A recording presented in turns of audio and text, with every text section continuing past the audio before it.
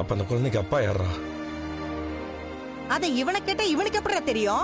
ஒரு போட்டு உசுர வாங்குறதுக்கே திரியனானுங்க. செத்த பயலுல நார பயலுலா புடிச்சவனே புடிச்சு தெரியும். ஏற்கனவே கல்யாணம் பண்ணி குழந்தை பெத்தவ, இந்த குழந்தை எவனோடதோ சொல்லியா முதல்ல அவனுக்கு. அப்புறம் ஏதாவது அசிங்கமா தான் கேட்டுருவேன். அப்புறமேல அப்புறம் அப்படி கேட்டுட்டேனே அப்படின்னு வருத்தப்படுற மாதிரி இருக்கு. தான் கேட்காம இருக்கேன் நான். ரோஹிணி முன்னாடி நிறைய பொய் சொல்லிருக்காதா, ஆனா இந்த மாதிரி விஷயத்தை அவ பண்ண மாட்டா. பண்ணிட்டு தான் சார் வந்திருக்கேன். நீ கவலைப்படாத, நான் இருக்கேன். நீங்க யார் முதல்ல? சார் நான் ஏத்த விட்டு இருக்கேன் சார். சார் உங்களுக்கு அத தேவையில்லை சார்.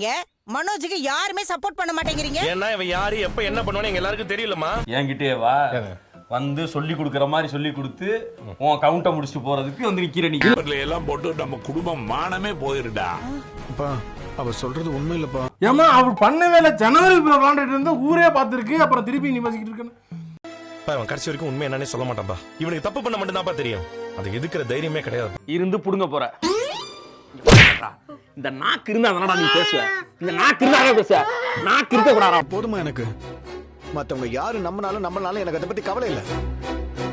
டேய் டேய் இப்போ எதுடா மாயாண்டி குடும்பத்தார் தருண் கோபி மாதிரி நடிக்கிற? நீ எப்போ போய் சொல்லுவ, எப்போ உண்மை சொல்லுவ? ஒண்ணும் புரியலடி. இல்ல உண்மையை சொல்றியா பொய் சொல்றியா?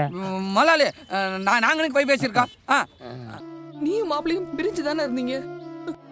அதான் அடிக்கடி மீட் பண்ணிட்டு இருந்தாங்கல்ல. இஷ்டம்னா பாப்பே. அப்புறம் என்ன படுத்து தூங்குவேன் நான். இப்பதான் ட்ரெண்ட். ஆமா தெரியாது அவனுக்கு. என் பிள்ளையோட அப்பா மனோஜ் தான் அப்படின்னு ஒரே ஒரு பெட்டிஷன் போட்டா போதும்.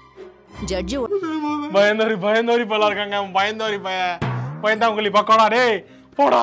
ஒரே ஒரு பெட்டிஷன் போட்டா போதும். ஜட்ஜி உடனே டைவர்ஸ் கேஸையே தள்ளுபடி பண்ணிடுவாரு. நீ பண்ணதுக்கு தானே அவன் திரும்பி பண்றான். சட்டப்படி பிறக்க போற குழந்தைக்கு அப்பாவோட வருமானத்திலயும் முழு உரிமை இருக்கு. ஆமா விஜயா. வேற எங்கடா வரணும்? வேற வரதுக்கு இடமே இல்லப்பா. இதாப்பா எட்டு. நினைச்சீங்களா?